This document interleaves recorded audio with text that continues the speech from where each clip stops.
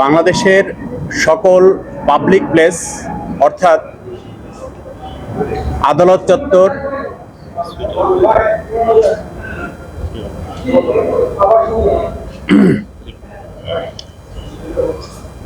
আজ মাননীয় আদালত হাইকোর্ট বিভাগ বাংলাদেশে নিরাপদ এবং পানযোগ্য পানি পাওয়ার যে অধিকার সেটি আমাদের সংবিধানের ৩২ অনুচ্ছেদের অধীনে একটি মৌলিক অধিকার হিসেবে ঘোষণা করেছেন আদালত। অর্থাৎ নিরাপদ এবং পানযোগ্য বিশুদ্ধ পানি পাওয়া বাংলাদেশের প্রত্যেক নাগরিকের মৌলিক অধিকার বলে ঘোষণা করা হয়েছে। দ্বিতীয়ত, যেহেতু নিরাপদ এবং পানযোগ্য বিশুদ্ধ পানি পাওয়া একটি প্রত্যেক নাগরিকের মৌলিক অধিকার, সেহেতু রাষ্ট্র এই বিনামূল্যে পানি সরবরাহ করার জন্য বাধ্য মর্মে আদালত ঘোষণা করেছেন। তৃতীয়ত, আদালত নির্দেশনা দিয়েছেন যে বাংলাদেশের সকল গুরুত্বপূর্ণ স্থান অর্থাৎ পাবলিক প্লেস যতগুলো আছে, আদালত, হাসপাতাল, রেল স্টেশন, এয়ারপোর্ট, হাটবাজার সহ প্রত্যেক ধর্মীয় উপাসনালয় সহ প্রত্যেক পাবলিক প্লেসে আগামী 1 বছরের মধ্যে আমাদের প্রত্যেক নাগরিকের জন্য বিনামূল্যে বিশুদ্ধ পানীয় পানি সরবরাহের ব্যবস্থা নিশ্চিত করার জন্য রাষ্ট্রকে এবং সরকারকে নির্দেশ দিয়েছেন। বাংলাদেশের নির্দেশনাগুলো একটু বলে দিই, আরো অনেকগুলো নির্দেশনা আছে। বাংলাদেশের যে পানির আধারগুলো আছে, অর্থাৎ যেখানে পানি রিজার্ভ করা হয়, যেখানে পানির আধার থাকে, পুকুর, খাল, বিল, নদী, নালা, সেই প্রত্যেক পানির আধারগুলো, ওয়াটার বডিজগুলোর যাতে ক্ষয়িষ্ণু না হয় সেই মর্মে ব্যবস্থা গ্রহণ করার জন্য রাষ্ট্রকে নির্দেশ দিয়েছেন। হাতিরঝিল মামলায় যে নির্দেশনা দেওয়া হয়েছে, তারপর তুরাগ নদীর মামলায়, সোনারগাঁয়ের মামলায় যে নির্দেশনা দেওয়া হয়েছে, সেই নির্দেশনাগুলো এই মামলার নির্দেশনার অন্তর্ভুক্ত হবে, এই রায়ের নির্দেশনার অন্তর্ভুক্ত হবে এবং সেগুলিও রাষ্ট্রকে পালন করতে হবে। বাংলাদেশের সকল নাগরিকের জন্য আগামী 10 বছরের মধ্যে সাশ্রয়ী মূল্যে নিরাপদ, বিশুদ্ধ এবং পানীয় পানি সরবরাহ নিশ্চিত করতে হবে, এই মর্মে রাষ্ট্রের উপরে মাননীয় আদালত নির্দেশনা জারি করেছেন।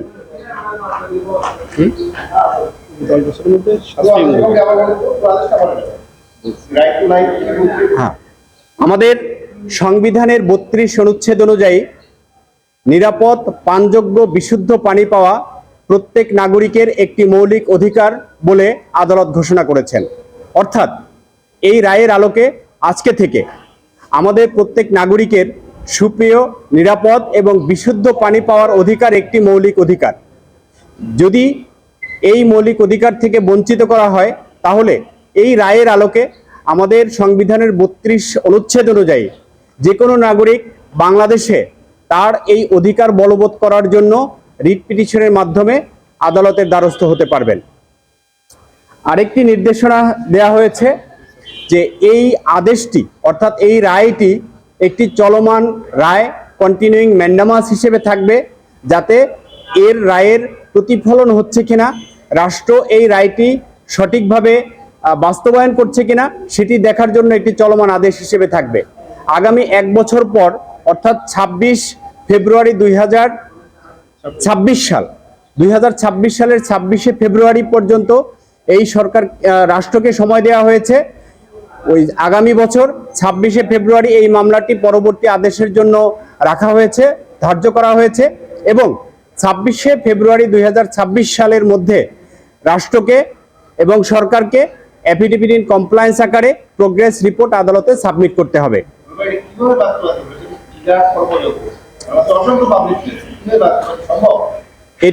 এই প্রশ্নটি আমাদের এখানে এসেছে। তো এখানে আমাদের বাংলাদেশের যেই আর্থিক এবং প্রাতিষ্ঠানিক যে অবস্থা, সেই বিবেচনা করেই কিন্তু শুধুমাত্র বাংলাদেশের গুরুত্বপূর্ণ স্থান অর্থাৎ পাবলিক প্লেসে এই নিরাপদ পানি সরবরাহের ব্যবস্থা করার কথা বলা হয়েছে। এবং এটি আমরা অন্যান্য দেশের উদাহরণ তুলে আমরা বলেছি, যেমন আমাদের সাউথ আফ্রিকায় আমাদের চেয়ে উন্নত কোনো রাষ্ট্র নয়, কিন্তু সাউথ আফ্রিকায় কিন্তু প্রত্যেক নাগরিককে 1500 লিটার ফ্রি নিরাপদ পানি প্রত্যেক মাসে সরবরাহ করার কোর্ট নির্দেশ দিয়েছেন, এবং সেখানে কনস্টিটিউশনে বলে দিয়েছে এবং আইন করে বলে দিয়েছে। ঠিক একইভাবে আমাদের যে জাতিসংঘের ওয়াটার নিয়ে যে ডিক্লারেশন আছে, সেখানেও কিন্তু একটা বেসিক হিউম্যান রাইট হিসেবে এই পানিকে বলা হয়েছে। তো পানি যদি আমাদের না থাকে তাহলে আমাদের জীবন নাই। অর্থাৎ আমাদের আল কোরআনেও কিন্তু এটা বলা হয়েছে যে পানি থেকেই প্রাণবন্ত সব কিছুর উদ্ভব, পানি নাই জীবনও নাই। অর্থাৎ আমাদের জীবনকে বাঁচাতে হলে আমাদের পানি লাগবে, এবং এই পানি বিশুদ্ধ এবং নিরাপদ পানি আমাদের থাকতে হবে। এই বিষয়টি অত্যন্ত গুরুত্বপূর্ণ। একই সাথে পানিবাহিত রোগ যেটা হয় আমাদের, যদি নিরাপদ পানির ব্যবস্থা করা যায় সারা বাংলাদেশের নাগরিকের জন্য, তাহলে রাষ্ট্রের যেই পানিবাহিত রোগ নিয়ে যারা হাসপাতালে যায়, এখানে শত শত কোটি টাকা তাদের পিছনে ব্যয় করতে হয় রাষ্ট্রের। তা আমরা যদি নিরাপদ পানির ব্যবস্থা করতে পারি, তাহলে হাসপাতাল এবং অন্যান্য ক্ষেত্রে রাষ্ট্রের যেই সেভিংস হবে বাজেটের, সেই সেভিংসের থেকে আমরা নিরাপদ পানি আমাদের নাগরিকের জন্য সরবরাহ করতে পারবো। মাননীয় বিচারপতি মোহাম্মদ আশরাফুল কামাল এবং মাননীয় বিচারপতি রাশেদ জাহাঙ্গীর, ওনাদের সমন্বয়ে একটি বেঞ্চ 2020 সালে একটি সুমোটো রুল দিয়েছিলেন। সেই সুমোটো রুলের দীর্ঘ শুনানির পরে আজকে এই রায় ঘোষণা করা হলো। মাননীয় বিচারপতি মোহাম্মদ আশরাফুল কামাল এবং মাননীয় বিচারপতি রাশেদ জাহাঙ্গীর, ওনাদের সমন্বয়ে একটি বেঞ্চ 2020 সালে একটি সুমোটো রুল দিয়েছিলেন। সেই সুমোটো রুলের দীর্ঘ শুনানির পরে আজকে এই রায় ঘোষণা করা হলো।